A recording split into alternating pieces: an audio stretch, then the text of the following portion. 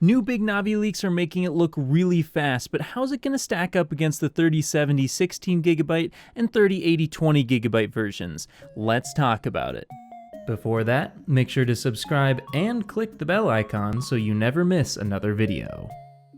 So new Big Navi information was just accidentally leaked out in a macOS 11 beta update, which was found by a user over on Reddit who goes by the name of Stabler, where he went through and actually found some new information that I haven't seen before, though some of it I already have. And so looking at the information that he shared over on Reddit, we can see that yes, the biggest Navi is going to have 80 compute units, and the mid-range one is likely going to have 40 compute units as well, at least according to this beta update. Now, one new piece of information that actually makes a whole lot of sense is that there's apparently going to be a cut down variant of Big Navi that's going to have 56 compute units. And while that is interesting, it's not nearly as interesting or shocking as this piece of information. When it comes to clock speed, apparently the more mid-range Big Navi variant, which has 40 compute units, is going to reach up to 2.5 gigahertz. And that's certainly shocking, and I'm not even entirely sure if that's actually going to be accurate when it comes out, because I was expecting more between 2.2 to 2.3 gigahertz max on the best clocking variant. Now, when we look at their 80 compute unit versions here, apparently they're only going to hit up to 2050 megahertz, which again is a little bit strange because yes,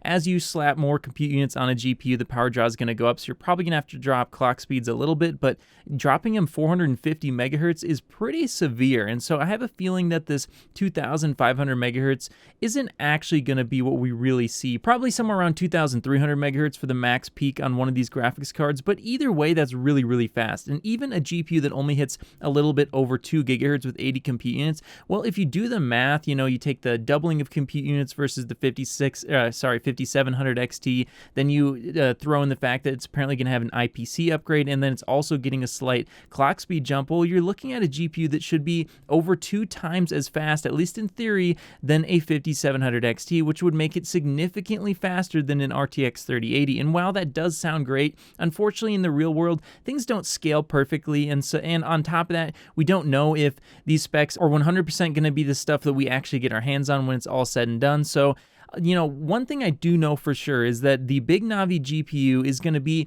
at least faster than an RTX 3070, or at least it should be, according to some other rumors that have been circulating around the internet, such as one benchmark that was going around on OpenVR, where I found over on the website Extreme Tech, where apparently this Big Navi GPU was up to 17% faster than the RTX 2080 Ti. And I know that doesn't sound real great, but to put that in perspective, the RTX 3080 I believe at 4K is only somewhere around 30% faster, so that's actually pretty close. And if that is the biggest Navi that we get, that's still gonna be a really great GPU if the price is right. And here's where things get a little bit more complicated. So since this GPU, or at least one of the Big Navi GPUs, is gonna land in between probably 3070 and 3080, who knows, maybe a bigger Big Navi GPU will even beat them, but we don't know that yet. Well, that seems to have gotten Nvidia a little bit frightened, because there's been a bunch of rumors about a 16GB RTX 3070 variant and a 20GB RTX 3080 variant. And the 3070 16GB and 3080 20GB are almost certainly going to be responses to some sort of Big Navi GPU. And on top of that, Nvidia's left themselves a ton of room to move in the 3080 to 3090 segment. They could slap a bunch more cores on there. There's a lot of them that are disabled right now. So clearly Nvidia doesn't know exactly where it's going to land, but they do seem to have an idea, and I think that they believe that Big Navi isn't going to beat the RTX 3090, because otherwise they wouldn't have priced that at $1,500. Because, I mean, if Big Navi beats a $1,500 GPU and it comes in way, way cheaper, well, that's just going to make Nvidia look silly, and they can't suddenly slash their prices overnight. I mean, yes, they could bring out a 3080 Ti and maybe price that at like $1,000 with only 12 gigabytes of VRAM, which again, it's a possibility, but it would make them look a little bit silly. So I have a feeling that Nvidia doesn't believe Big Navi is going to touch the 3090. But in any case, since the RTX 3070 is going to retail at around $500, and they're going to need to slap another 8 gigabytes of VRAM on it for it to have any hopes of competing against Big Navi, at least in terms of marketing, because, most games probably don't need more than 8 gigabytes, but some of them do, and it's, VRAM's a big selling point, and it makes a GPU far far more future-proof. So in order to do that, unfortunately, the GPU cost is going to have to go up, because I really doubt that they're going to just slide in a 16 gigabyte variant at the $500 of the 3070 and then drop that price. It's probably not going to happen. Probably what you're going to see is around $580 for the 16 gigabyte variant, maybe even $600. And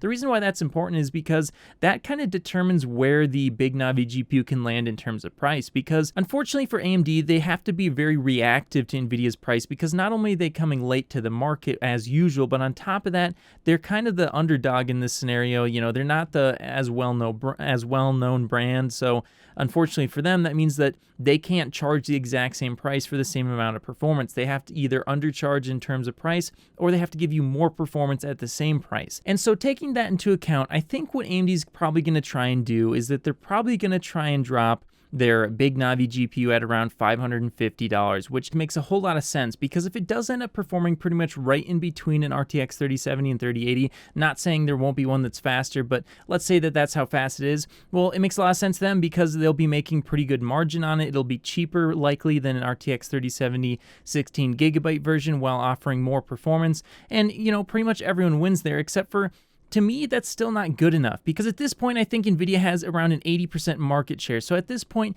AMD's focus should not be margin on their GPU segment, it should be market share. They should really be trying to get Radeon graphics in the hands of more gamers, because, you know, realistically, if we put this in perspective, the new generation of consoles that's coming out, and specifically the Xbox Series X, that thing comes in at $500, and you get a Big Navi GPU with 60 compute units, you get an 8-core CPU, and everything else that's inside that thing. Now, keep in mind, these consoles are not, you know, you can't directly compare, because it's two companies making deals with each other. They're ordering millions of units, so of course they're going to get economies of scale. Of course they're going to end up getting, you know, much better prices than, say, you or I will. But even so, to get all of that type of technology in a box for only $500, and then to turn around and give us a GPU, just the GPU, that's probably a little bit faster than that for $550, well, that just doesn't feel right. And I don't think it's good enough to take enough people away from Nvidia, because if AMD comes out and they try and charge, you know, $450 for this GPU, and it's still faster than the 3070 16 gigabyte, and it's, you know, getting really close to a 3080,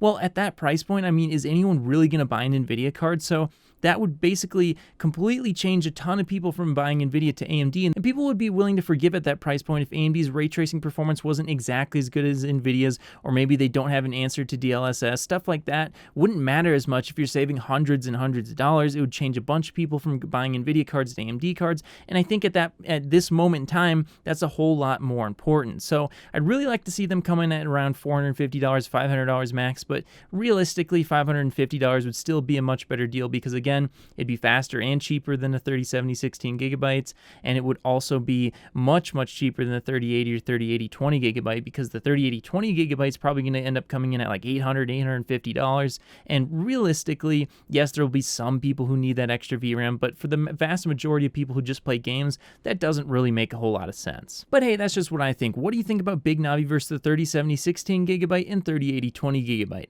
I'd love to see what you have to say in the comments below, and of course, I'll see you in the next video. If you made it to the end of the video, be sure to drop a like. Every time you do so, Nvidia and Intel drop prices. Also, if you want to see more, click here. You won't be disappointed.